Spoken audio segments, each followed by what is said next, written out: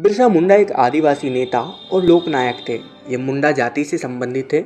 वर्तमान भारत में रांची और सिंह भूमि के आदिवासी बिरसा मुंडा को अब बिरसा भगवान कहकर याद करते हैं।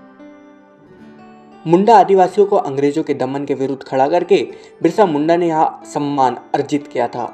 19वीं सदी में बिरसा भारतीय स्वतंत्रता आंदोलन के इतिहास में एक मुख्य कड़ी साबित हुए थे। बिरसा मुंडा का जन्म 15 नवंबर 1875 को रांची जिले के उलीहतू गांव में हुआ था। मुंडा रीति रिवाज के अनुसार उनका नाम बृहस्पतिवार के हिसाब से बिरसा रखा गया। बिरसा के पिता का नाम सुगना मुंडा और माता का नाम करमी हटू था। उनका परिवार रोजगार की तलाश में उनके जन्म के बाद उलीहतू से कुरुमब्दा आकर बस गया, जहां वो खेतों में काम करके अपना जीवन चलाते थे।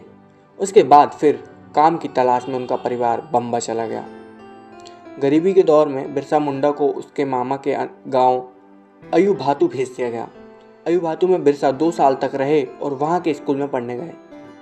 बिरसा पढ़ाई में बहुत होशियार थे, इसलिए स्कूल चलाने वाले जयपाल नाग ने उन्हें जर्मन मिशन स्कूल में दाखिला लेने को कहा।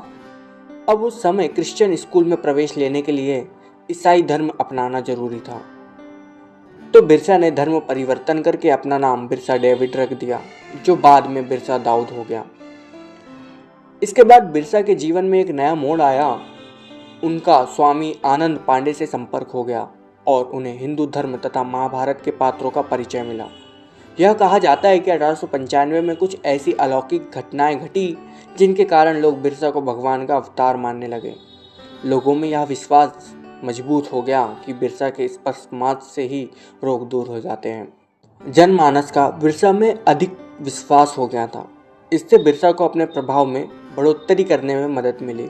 लोग उनकी बातों को सुनने के लिए बड़ी संख्या में एकत्र होने लगे।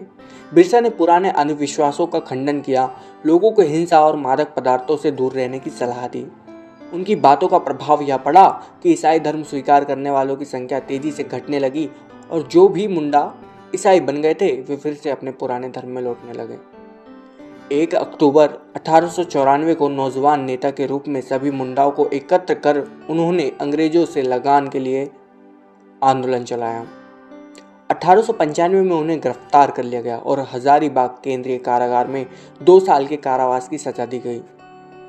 लेकिन बिरसा और उनके शिष्यों ने क्षेत्र की अकाल पीड़ित जनता की सहायता करने की ठान रखी थी और अपने जीवन काल में एक महापुरुष का दर्जा पाया। उन्हें उस इलाके के लोग धरती बाबा के नाम से पुकारते थे और उन्हें पूजते थे। उनके प्रभाव की वृद्धि के बाद पूरे इलाकों में मुंडाओं के संगठित होने की चेतना जागी। 1897 से 1900 के बीच मुंडा और अंग्रेज सिपाहियों के बीच युद्ध होते रहे। बिरसा और उसके चाहने वालों ने अंग्रेजों की नाक में दम कर रखा था। अगस्त 1897 में बिरसा और उनके 400 सिपाही तीर कमानों से लैस होकर खूंटी थाने पर धावा बोला।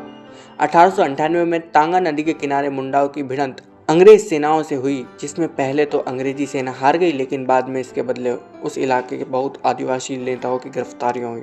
जनवरी 1900 में डोमबाड़ी पहाड़ी पर एक और संघर्ष हुआ था, जिसमें बहुत से औरतें और बच्चे मारे गए थे। उस जगह बिरसा अपनी जनसभा को संबोधित कर रहे थे। बाद में बिरसा के कुछ शिष्यों की गिरफ्तारियां हुई और आखिर में स्वयं बिरसा भी 3 फरवरी 1900 को चक्रधरपुर से गिरफ्तार कर लिए गए। बिरसा ने अपनी अंतिम सांसें 9 जून 1900 को रांची कारागार में ली और पश्चिम बंगाल के आदिवासी इलाकों में मुंडा को भगवान की तरह पूजा जाता है।